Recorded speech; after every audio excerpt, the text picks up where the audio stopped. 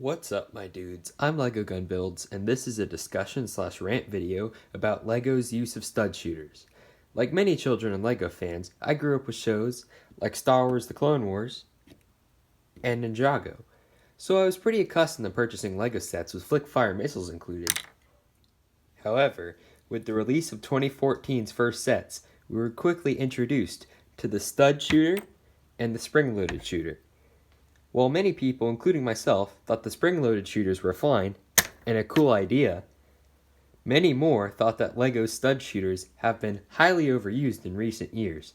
For 6 years, we've received stud shooter after stud shooter after stud shooter, and I think we've all grown tired of them. I would be lying if I said there hasn't been any good usage of them.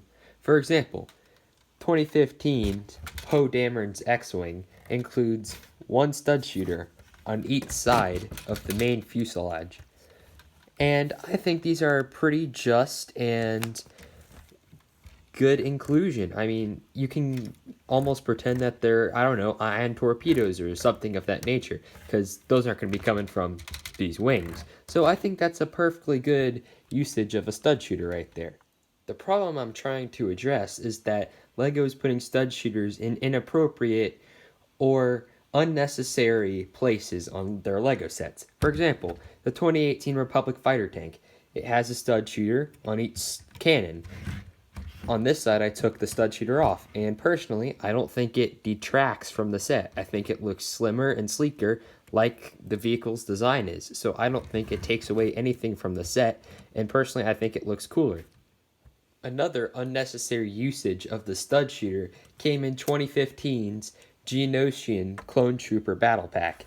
And right here, oops, I got a stud missing. But here you have on this ATRT a giant six stud shooter. I'm not sure what you call that, but this giant stud shooter on it.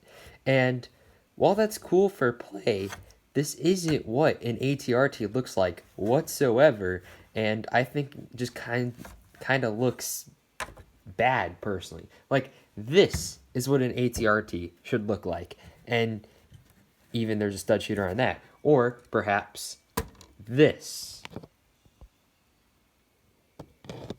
Now, don't get me wrong, this is kind of big for an ATRT, but I just think that this is really unnecessary and very extra.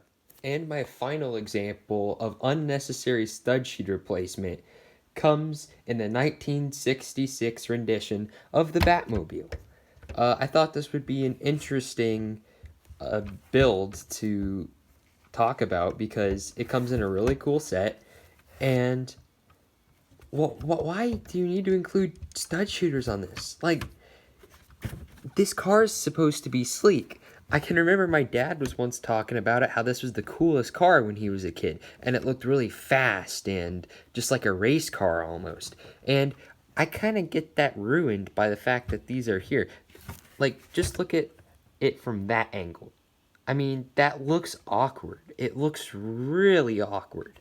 And yes, I understand that you need play in your builds or something, but why not include like a spring-loaded shooter in here, or just not include it at all, really? I mean, that's really what I'm suggesting here, because this really isn't necessary, and I think it just detracts from just the whole look of the thing, which is really the reason why people would buy that set in the first place. It's not exactly your typical play set, because, you know, it's over $200, so I'm curious as to why you would include that, especially on a set of that size. The final point I want to address, while stud shooters may include more playability to LEGO sets, they detract imagination. Now here, I have just some older weapons. Like, here's some Star Wars blasters, and a bow and arrow, and the original kind of Star Wars blasters with the megaphone piece with the stud attached to it. I mean, even that.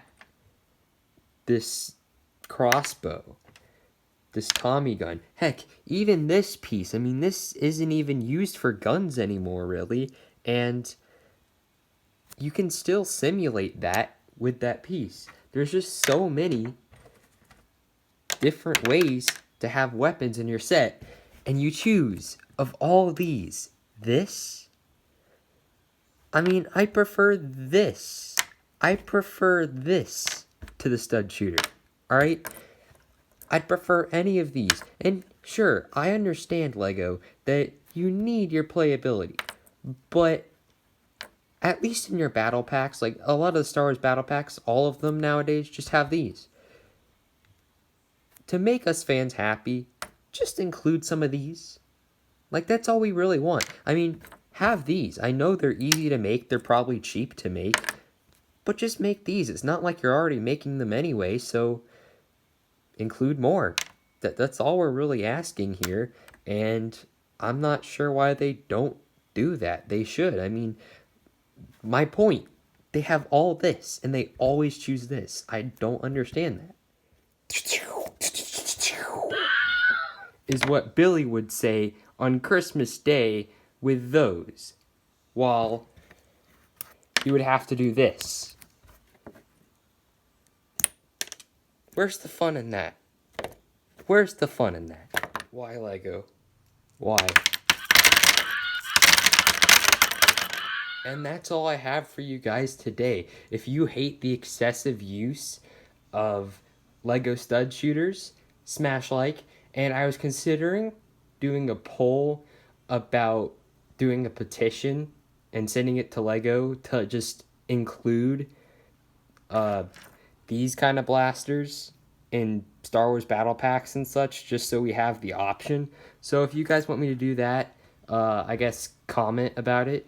But that's about it. If you guys have new ideas for videos and other things to build, just comment down below. If you like what you just saw, hit the thumbs up, and that's all I have for you guys today. Keep each other safe, and I will see you all next time. This is Lego Gun Builds signing off.